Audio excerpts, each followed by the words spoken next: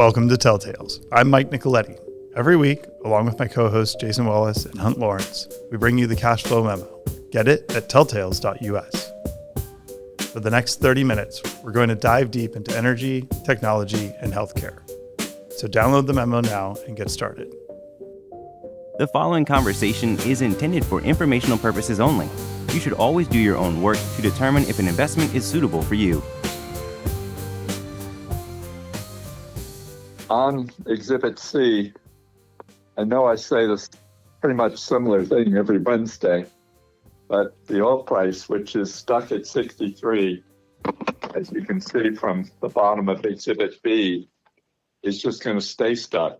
I mean, the latest, which is just implausible, really, is having the Israelis decide that they have some of the senior Hamas people in meeting in Doha, and they decide to send a couple of jet planes in with bombs to try to assassinate the Hamas leaders. I mean, I think Trump's instincts were good, which is he finds this troubling. He said extremely troubling. And of course, he immediately called the Prime Minister of Israel and the leader, Thani, the leader of Qatar, and said this just shouldn't happen. Claims there was no advance notice to anyone in the U.S. But I mean, the ultimate plan here was to have the Gulf Arabs, led by the Crown Prince in Saudi Arabia, try to work through the problems in Gaza, get to a second state, Palestinian state, or some solution, and then recognize Israel. But there's clearly part of the Israeli political consensus that doesn't put a very high priority on that. Otherwise, you wouldn't see things like this happen. That plus not much progress in the Ukraine, and in fact, Russia flying drones through Polish airspace to get to a target in the Ukraine, which sends alarm bells off with Article 5 of the NATO treaty, calling for the NATO countries to respond if one of them is attacked. So I think that the price of oil, rather than trading into the 40s or low 50s, is going to stay where it is. The surplus production, which occasionally I update these 25 numbers, and some weekend I'm going to have to start doing 26. There's no question that the surplus capacity is going down, but it's going down because not because of increased demand, but because of kind of decline curves and reduced capital spending, whether it's the Permian in Texas or other basins in the U.S. or overseas production in OPEC or non-OPEC countries. New projects will not be started at these oil prices. In the U.S., the rig count is down, completions are down. So, I mean, this will have an impact in terms of production. I reduced the 25 production to 13 from 13.3, which is what it was last year and what it was earlier this year, average. I think next year will be 12.7, 12.8. So, I mean, eventually this level of oil pricing will have its impact on supply. And then it may be the case that the low 60s will be sustainable without macro events like having to impose higher sanctions on Iran because they just don't want to negotiate with the U.S. and Russia being completely intractable on the Ukraine. Is there the possibility for a breakout so that oil pricing, if you look at the bottom of page of Exhibit B, oil pricing is down pretty significantly, 25 versus 24. I mean, could we get back into the 70s? I don't think so. Not with that reduced demand. I mean, oil demand had been going up 1.2 million, 3 barrels per day, and this year versus last year, it's only be up 500. And all that reduced demand is in China and the rest of Asia. So, I think we're stuck where we are. But without any progress in the Ukraine or progress in Iran, I don't see $50 oil happening. That gets us to Exhibit A, which is cash flow statement for the U.S. government. I know I say this every Wednesday, but fiscal 26 will be better. Spending will be lower. Revenues with a bit of a help from tariffs will be higher. To go from a deficit of fiscal year, which will end later this month, to $1.5 trillion estimated for 26 may not seem like enough progress. But the target is not to go to zero on that number. The target is to go to where the deficit's around $1 trillion or a little less.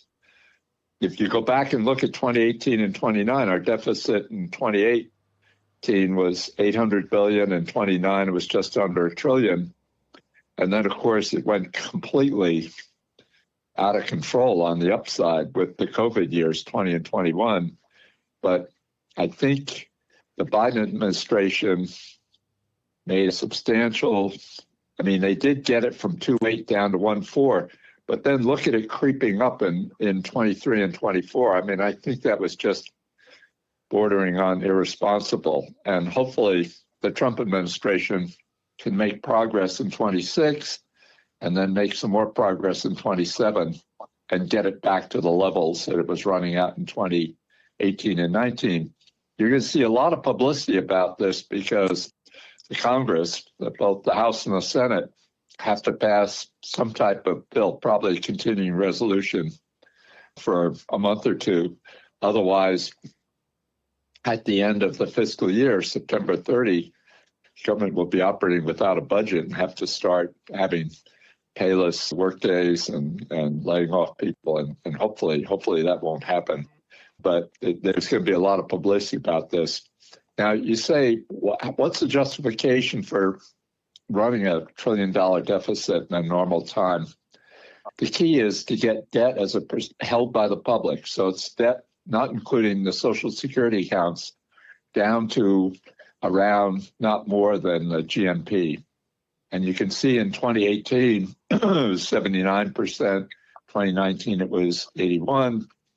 Even in 2020, it was 80. But then it went to 98, 97, 97, 99. If we can get it to where it's $1.5 trillion, it'll flatline at 102, and then it'll start down. That will be progress. Anything else, Mike or Jason, on Exhibit A or other macro issues? Jobs revision? Yeah, we should probably cover the jobs revision. We said about 1 million jobs down, and even the government didn't count their own jobs correctly. They revised that by 31,000. So I'm going to turn this over to Jason because he was just at the Future Proof conference and heard some interesting notes from Vanguard, I think it was in particular. So why don't you tell them what they said? Well, yeah, the interesting takeaway there was they alluded to knowing that the job market was softer than the numbers implied last year because they see how many 401k plans are starting since employees get auto-enrolled. They see how many stop contributions, how many roll over to IRAs, that kind of thing. So they had a good view of a segment of the market's hiring and firing numbers. So what they saw didn't line up with what the economy overall. So it was kind of interesting they had this different take. And then looking at the numbers, on average, it was about 76,000 jobs revised down per month if you spread it pretty evenly across the year. That puts us in a place where 2 months would have had negative job growth and 2 additional months had pretty anemic growth. So not nearly as strong as we thought it was. Unfortunately for the Federal Reserve, this kind of validates Donald Trump's characterization of Jay Powell as having a middle name too late. And the Federal Reserve should have been coming down a quarter every other meeting, something like that. If their data inputs are poor quality, then this is one of the big ones they make their decisions on. Yeah, I think that's where this is sort of, it's not a political statement. You could allege that there's political interference with the jobs data, but whatever it is, it's a problem. it doesn't matter whether it's political interference or just the way that we're collecting that job data is no longer a good way to do it, if there are clearly other ways to collect this information. Right. Good. Do we spring into biotech history now? There's all kind of speculation on how early you're going to go, which century you're going to start in. Oh, we're going to go way back. But first we should define, what are we covering here? Biotech, biopharma, these words are used sort of interchangeably, and they actually mean different things. Yeah. So biotechnology as a word was first used in 1919 by a Hungarian agricultural engineer with the idea that you could use biological processes to create new industrial products. So a little different than how we use it today. How we define it today is, in a general sense, using biological systems to modify and improve human health. And then when someone says a biotech, generally they're speaking about a company in the biopharmaceutical industry and developing drug candidates. So the distinction between biotech and a traditional pharma is a pharma is going to use chemistry to develop, for instance, small molecules. So a drug that causes action within the body, whereas a biotech is using biological processes, systems. You can think of it as using proteins and peptides as the treatment versus chemical compounds. So for the purposes of this series, I believe we're going to go ahead and cover everything, including biopharma. So including the chemical side of things. Yeah. Which, if we go all the way back to the beginning, I think it is before 6000 BC. And that would be a biological process where they were actually breeding plants to produce the features that you wanted. Around 6000, people had figured out how to ferment yogurt, or a fermentation process to produce yogurt. Later, I think in 5000 BC, the Chinese figured out how to brew beer with the fermentation process. So this is a long time ago.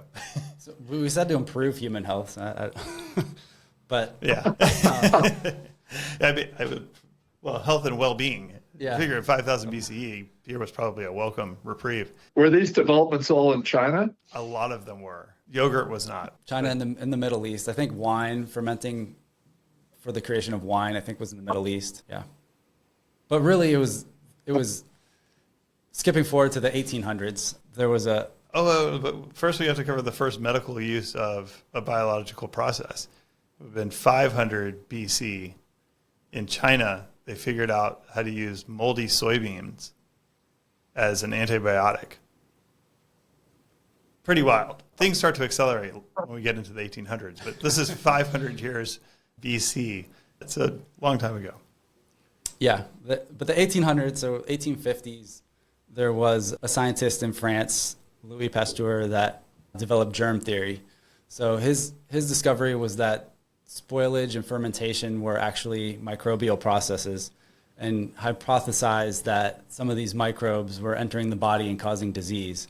And prior to this, the general belief was either you got sick through bad air or imbalances in your body or some kind of magic. I guess an imbalance is that if you have too much of that beer, it affects your immune system. But the end of this ultimately was that the idea that specific germs can cause specific conditions and diseases in people and animals. So the immediate technology takeaway is pasteurization. So heating milk or other liquids to kill the germs contained within them to sanitize it. His next contribution to science was just 15 years later with some of the first sets of vaccines. These are for animals. Anthrax and rabies were killing a lot of animals all over France at the time. So his breakthrough was discovering that you could attenuate or weaken the pathogen, be it a bacteria or virus, even though they didn't really have a good idea. They couldn't see viruses. But anyway, to weaken it to the point where you can put it into the animal and they gain some immunity from that. So his first vaccine was growing the bacteria that causes anthrax in his lab, exposing it to heat, light, and oxygen to weaken it, and then he would give it to sheep. So his experiment was he gave this early vaccine to 25 sheep. Sometime later, he got 25 more sheep as a control group, infected all 50 with the real viral strain of anthrax, and And sure enough, the vaccinated sheep survived. So that was kind of a public display of how a vaccination process works, and really convinced people that germ theory was actually, the right theory. Also a great use of a controlled study. Yeah, and that example is better from a scientific method perspective than the prior vaccine, smallpox, which was accidentally discovered, if you will, in 1796. Basically what they realized is that milkmaids, these women that were milking cows, had developed some immunity to smallpox if they happened to have cowpox, which was a more mild disease. And so they used the pus from the cowpox and injected in children, and that was able to give the children immunity from smallpox. So it's sort of like, I guess what happened between that period in time and this next story is that we kind of understood what was happening and the reason that worked a little better. Yeah, so the English doctor discovered that through just pure observation, didn't have any understanding of the science behind it, and ultimately that saved many, many millions of lives. So also around the same time as Pasteur in the 1860s, Gregor Mendel was an Austrian monk, and he was breeding plants and kind of putting the first pieces together of how genetic traits get passed down from parents to offspring. Not necessarily, an application of biotechnology, but certainly foundational for the future as we get into the 20th century. We should probably stop there because we're going to eat up the whole episode if we keep going. Yeah, we have a 10-minute limit on our history. And I think it's the case that the work done on chips and software is going to be pieced together. So you'll be able to go to the website and get it all lined up, the several episodes at 10 minutes each. It's coming. I'll tell you, it is much better to record these things live and publish them right away, because once you start having to edit a whole bunch of episodes together, it can take a long time. But we're getting close. Right. No pressure. No pressure. Since we've been doing healthcare, why don't we turn to the early pages and cover some of the tech developments. When we go to the first page, we have to focus in on Tesla and the pay package. As you can see, if you look in the last column on page 1, Tesla currently trades for around $1 trillion. And the pay package has, one of the conditions is that the company appreciates to $8 trillion, which should be quite remarkable. And it's time constrained. It's not, he has to do it by such and such a time. There are all other kinds of parameters too. So many EVs sold, so many humanoid robots, so many robot taxis. I forget who the Tesla bull is, whether it's Mike or Jason, but why don't we start out with Mike? Mike, what kind of probability would you establish for, more than half of the parameters to make Elon Musk his bonus, his $1 trillion bonus, to accomplish more than half of them? What would you say the probability is? I don't know of any executives that voluntarily base their pay packages on things that are low probability. So I think that, well, these things do seem to be rather outlandish. The operational milestones are relatively realistic. The concept of from where they are technologically on the humanoid robots, they are fairly close to being able to sell those. The robotaxis are operational and expanding. So I think this is probably, I'd take the over on 50-50, at least on the operational milestones. I think valuation is one of those things that the market has to interpret, and that is completely outside of his control. At least I hope so. I think it's more likely to occur than not, because the duration that he has is 10 years, quite a long time. And if he were to have 1 million robotaxis operational, I think that's going to be a pretty high margin business. And then, the market's going to reward him at that point. Yeah, I wish more companies would focus on super long-term plans like this. The general piece of wisdom, I don't know who's quoted saying it, is that you frequently overestimate what you can accomplish in 1 year, and you frequently underestimate what you can accomplish in 5. So more boards should adopt more outlandish plans like this. I mean, the board had to vote on it, but then the stockholders vote on it. We'll all remember that incorporation's been moved from Delaware to Texas because a judge in Delaware found that the prior pay package had been voted on by the Tesla stockholders. It's invalid. I think the litigation is still going forward on that. I don't know that that's finally been settled. That's right. If that pay package gets put back in place, which it seems unlikely at this point, but if it does, I believe there's a trigger to renegotiate this pay package because they'll reduce it by some amount. The first one everyone said was it was another long-term outlandish pay package that no one thought was achievable. And I guess now, because of the uplift in Oracle, and we'll come to that in a second, Larry Ellison and Elon Musk are in a horse race to see who's the highest wealth on the Bloomberg compilation of wealthy people. So, and that's a bit of a mentor-mentee relationship too. Exactly. Exactly right. Larry Ellison was an investor in Tesla when it was down. To me, it's interesting that Oracle announced its earnings. Here we're going to the software page 2.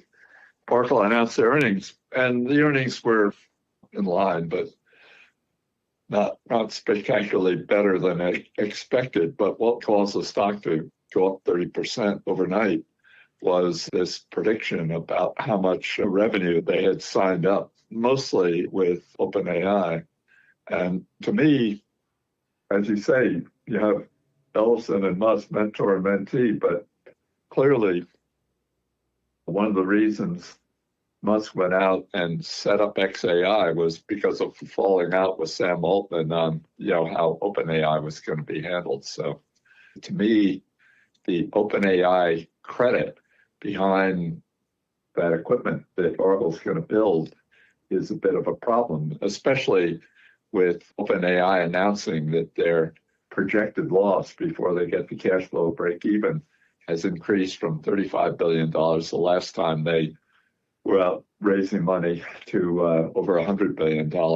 Mike, Jason, here, let's do an over and under thing. Do you think at 50-50 whether it's likely that the capital markets will provide another $100 billion to OpenAI over the next several years before they get the cash flow? I mean, at some point, the capital markets might, go on strike somehow. Jason, you first. How would you rate that if on the over or under? I'm going to go under for maybe an unexpected reason. I think everyone's chasing the current iteration of language models today, and I think we're going to see a software innovation in the next couple of years that might push AI forward in a different direction, and it's gonna set all of these companies back. They might be the best position to take advantage of it going forward, but it'll be a setback, and it'll make everyone reevaluate AI spending. I have a more simplistic view. It's very clear that demand for tokens exceeds supply right now. And you're seeing that with Microsoft doing deals with some of the smaller neoclouds. There's still a lot of data center projects in queue. NVIDIA appears to be selling everything they make and is desperately trying to expand capacity. There's some choke points in high bandwidth memory, but broadly, it seems that supply is greatly outpacing demand. Now, it could be that tokens are broadly being supplied at too low of a price. And by raising the price of tokens, you will reduce some of the demand. But,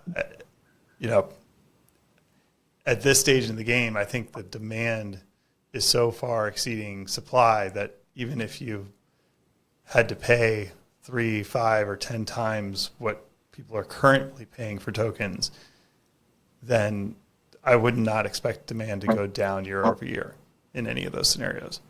So what does that mean for OpenAI? OpenAI is certainly all in, if you will, on on their strategy, and they could be caught off guard with not being able to have capital.